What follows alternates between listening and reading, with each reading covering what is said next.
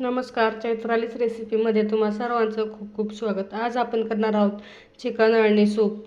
हे chicken अळणी soup शरीरासाठी खूप फायदेशीर असतं। लहान मुलांनाही खूप छान असतं हे शरीरासाठी। तर सर्वात अगोदर मी ते साहित्य सांगते। इथे मी 1 किलो चिकन स्वच्छ धुवून हळद मीठ लावून घेतलेलं आहे। त्याचबरोबर बारीक चिरलेला कांदा आणि कोथिंबीर। सर्वात अगोदर आपण गॅसवरती एक पातेलं ठेवून ते छान असं गरम करून त्यामध्ये 3 ते 4 चमचे तेल घालून घेऊयात। तर तुम्ही पाहू शकता इथे मी पातेलं ठेवलेलं आहे, त्यामध्ये तेल घालून घेतलेलं आहे। तेलही छान आपलं गरम झालेलं आहे। आता आपण यामध्ये बारीक चिरलेला कांदा घालून घेऊयात।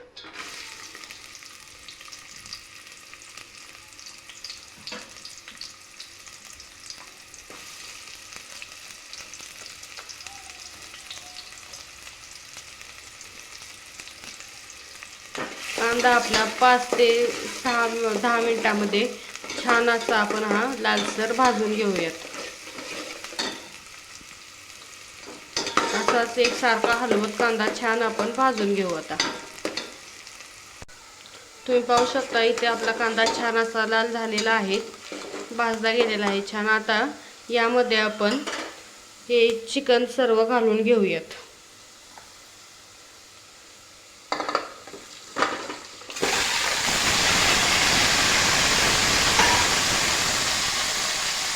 त्याचबरोबर कोथिंबीर घालूयात। आता हे छान असं मिक्स करून परतून घेऊयात छान। तर तुम्ही पाहू शकता इथे छान असं हे मी परतून घेतलेलं आहे।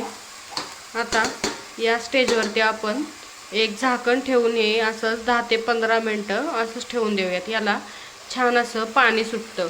ते पाणी सुटल्यामुळे चिकनला खूप छान चव येते आणि खायलाही खूप टेस्टी लागतं। ह्याच्यावरती आता आपण झाकण ठेवूयात 10 ते 15 मिनिटं। आता आपण हे पातेल्यावरचं झाकण काढून घेऊयात। तुम्ही पाहू शकता चिकनला छान असं पाणी सुटलेलं आहे, तुम्ही बघू शकता। आता यामध्ये आपण गरम पाणी घालून घेऊयात। गरम पाणी घातल्यामुळे चिकनच्या सूपला खूप छान अशी चव येते। हे गरम पाणी घातल्याच्या नंतर आपण 10 ते 15 मिनिटं चिकन छान असं एकसारखं शिजवून घेऊयात। आता हे असंच शिजवून घेऊ आपण। तर तुम्ही पाहू शकता अशा तऱ्हेने आपलं चिकन अळणी सूप रेडी झालेलं आहे। तुम्ही पाहू शकता चिकनचे पीसही खूप छान असे शिजले गेलेले आहेत, छान शिजलेले आहे। तुम्ही पाहू शकता रस्साही याचा खूप छान झालेला आहे। आता आपण हे एका प्लेटमध्ये काढून घेऊयात।